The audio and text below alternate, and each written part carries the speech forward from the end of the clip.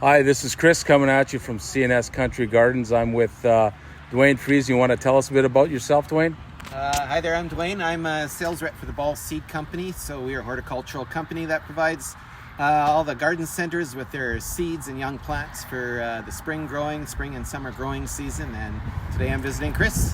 Yeah. Do you have any suggestions for plant care tips, maintenance at this point in time in the season?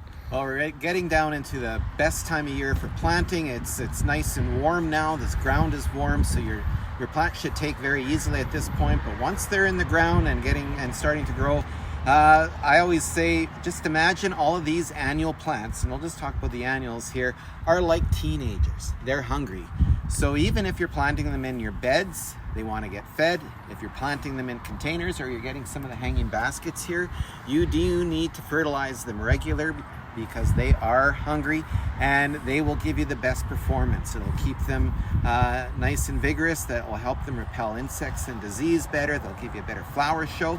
And then don't be afraid to do some deadheading on them as well, and cutting back some plants just to encourage new growth throughout the growing season so that they keep blooming right up until frost. Oh, that's great. Thank you. We do recommend bone meal to a lot of our customers. We've had good results. Yeah, bone meal encourages that rooting, and if you don't have a good root system, you don't have a good plant. It's so important. You can add all the fertilizer you want, but if there's no root system to take it up, it doesn't help the plant much. So the bone meal at time of planting is great. Put it right down, and so it comes in contact with the roots. It doesn't move around in the soil, so the roots have to find it, so put it where they can find it.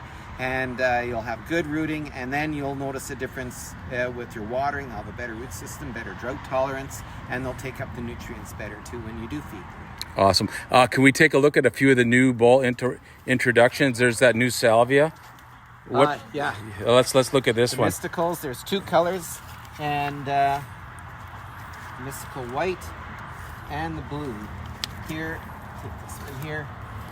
Both of these are going to give you a nice salvia that you can use either in your garden beds or in the center of your planter. It can be your thriller item. They're going to max out at about 12 or 15 inches. They'll keep flowering all summer.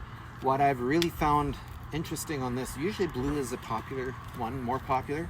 The white on this series is really, really white. You still will get some browning that you'll see as the flowers age, but when they open, they are white, white, white. The whitest of the salvias I've seen in this size series. So I really, really like the white on here. That surprised me when it first came out, how that showed up. Love Yeah, I've seen that at a trial last year, and if gorgeous in containers. And can you talk about some of these osteos we have right here? Well, the osteos, these are unique ones here. These are the 4D osteos, and they're called that because they're semi-double. They have a crest in the middle, and so these osteos don't close up when it's cloudy. That's one thing about osteospermums. They close up when it's cloudy or at night. With the crest in the middle here, they don't. So they stay open during the cloudier weather, and they're a good early season plant to have in your garden. In the extreme heat, they'll stop flowering, but they can start flowering again once the nights cool down later in the summer. But give you some great color choices. And look at this one. The blue ice is fantastic. And I can tell you now that Chris will be seeing a new orange one showing up sweet. for 2027, which Nice. is very unique as well. And how about we go through a few of these lantanas? The lantanas are something that 15 years ago would have been a hard sell in Manitoba. People didn't get them, didn't know what they really were. They considered them kind of exotic or too tropical. Right now, the way our summers are going, they're becoming more and more popular as a bedding plant and as a plant for in your planters.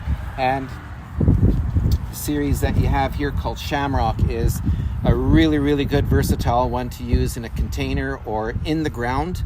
And what they do is they give you that drought and heat tolerance, and you plant them and you can forget about them. You still need to water them, of course, but they will handle very, very dry, hot situations. When I dig mine up out of the ground in the fall, I have to use a spade. They are rooted so well. So that's how well their roots go into the ground and find that water and can take those really, really hot days. So if you've got a hot bed that you can't get to as easy with water, lantanas work for that. So you're seeing a lot more of these lantanas, and it doesn't matter if it's the Shamrock series or any lantana is going to be great for those hot, dry areas. And can we got some petunias. Maybe we'll go over a few of the series on the other side of the bench here. What do we have here? You got lots of varieties here representing a few different breeders. All of these petunias on this bench here are what we would call vegetative, so that they're not reproduced from seed, but from a cutting. And what you get with that kind of series as opposed to ones from seed is you don't necessarily have to deadhead them. If you want to deadhead them, go ahead, but they'll be self-cleaning. You don't have to take the flowers off to promote more flowering, because they will just do that on their own already. And they are designed so that they flower right down to the crown of the plant. So you can see how nice this one is, flowering right down to the crown of the plant. The vegetative series tend to do that a little bit better, and gives you a better flower show on your plants throughout the summer. So you can see all the display here. They'll keep flowering like that, but petunias, they do like to be fed. Absolutely. So that's one where I say these are one of the more hungry are the teenagers. So make sure you're using. And which series is this, Dwayne? This one is from Dooman. This is the surprise series. Oh, that's a surprise series. Okay. Yeah, so it's a little bit more of a spreading type. Yep.